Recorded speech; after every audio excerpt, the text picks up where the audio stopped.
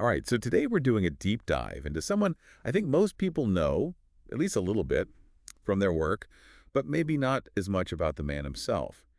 We're talking Paolo Soleri. Definitely. Everyone knows those Soleri wind bells, right? Oh, yeah, they're everywhere. But I have to admit, before I really started digging into this, those wind bells were kind of all I knew. I had no idea how they connected to his larger vision. Well, get ready to have your mind blown.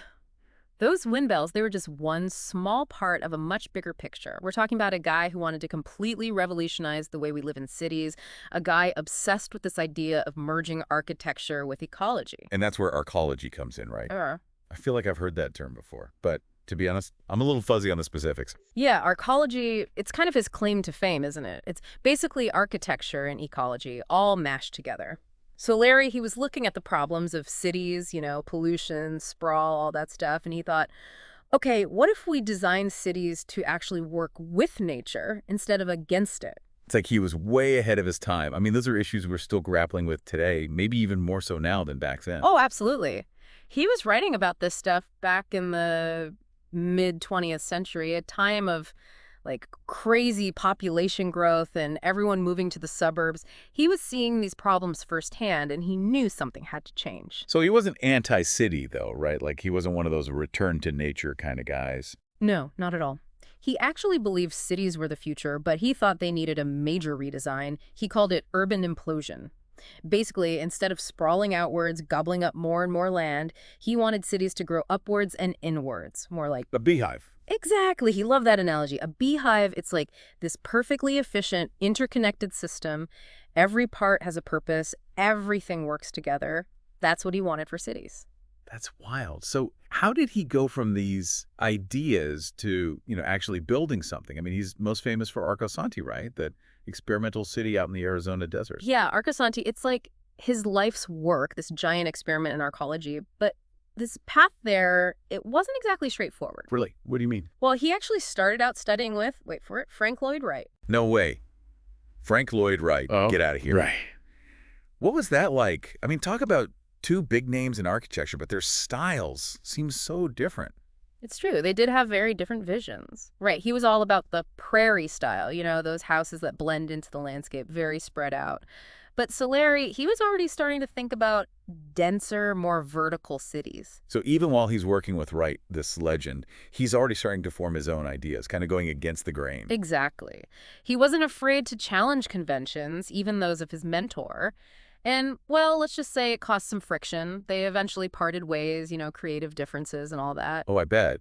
So what did Soleri do next? Did he just jump right into Arcosanti? Not quite. He spent some time bouncing back and forth between Italy and Arizona, kind of experimenting with different designs and materials, really trying to refine his vision before going all in on Arcosanti. And that's when he built Cosanti. Oh, yeah. Cosanti, that was like his testing ground, right? Yeah. Before Arcosanti. Exactly.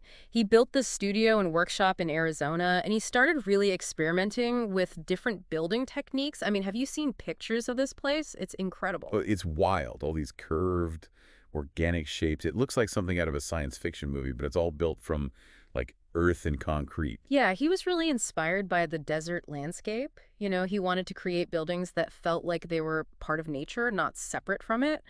And it's funny, you have right over here pushing for this outward expansion with Broadacre City, spread out, spread out, spread out. And then you have Soleri, right? In the same desert, doing the complete opposite. I know. Totally different philosophies. It's kind of mind-blowing when you think about it. But, and this is key to understanding Soleri, it wasn't just about the buildings themselves. It was about the life he imagined people would live inside those buildings. He was really concerned with this growing sense of isolation he saw in modern cities. Yeah, that makes sense. So how did that play into Arcosanti? I mean, it's this tiny city in the middle of the desert. How do you combat isolation in a place like that? Well, think about it. In Arcosanti, you step outside your door, and instead of being met with a concrete jungle, you're surrounded by these incredible gardens, these vibrant public spaces. Everything is designed to encourage interaction, community. It sounds idyllic. But what about work? I mean, it's a city. People have to make a living. Are there jobs in Arcosanti? Yeah, it's not just about living in a beautiful space. It's about being part of something bigger than yourself. People in Arcosanti are involved in all aspects of running the city: construction, agriculture, art, education. It's like this living experiment in self-sufficiency and collaboration. Wow, that's fascinating. It's easy to romanticize a place like that, this utopian vision. But realistically, there have to be challenges too, right? Building a new kind of city from scratch. Oh, for sure. Arcosanti has had its share of ups and downs over the years, financial struggles, and just the sheer difficulty of getting people to buy into such a radical way of life. It's definitely a work in progress, even today. So not perfect, but still a powerful experiment. Exactly. And that's kind of the point, isn't it? For Soleri, it was always about more than just one city, even one as ambitious as Arcosanti. It was about testing ideas, pushing boundaries, and inspiring people to think differently about the future of urban living. And let me tell you, the man had no shortage of ideas. Didn't he fill, tons of sketchbooks with these even more outlandish Arcology designs? Yeah, I read about that, like lean, linear cities stretching across continents. Yeah. And the two suns Arcology, what was he thinking with that one? Oh, man, two suns, that one's like a classic Soleri, right? Yeah, Picture yeah. this.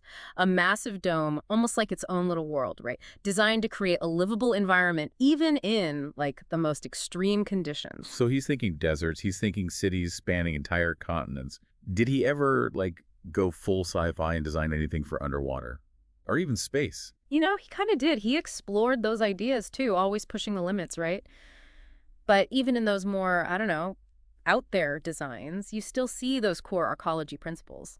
Minimal environmental impact, tons of social interaction, creating a sense of place. It's pretty wild. It really is. It's like he wants us to stop thinking of cities as these, static things and start seeing them as almost like living organisms themselves, always changing and adapting. Yeah, totally. So Lair, he wanted us to realize that cities can be a force for good, not just these consumers of resources and polluters.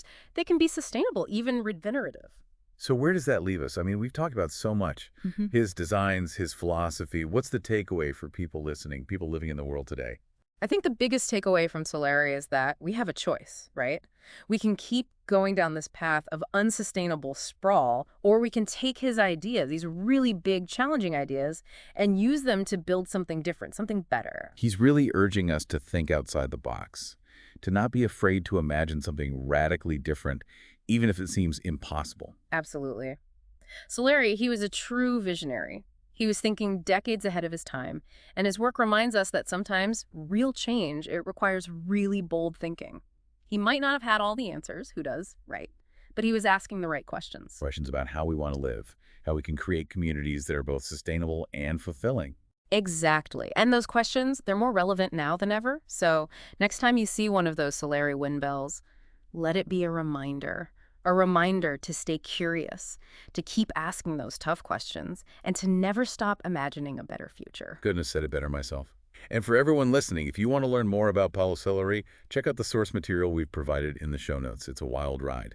Until next time, keep exploring and keep those big ideas flowing.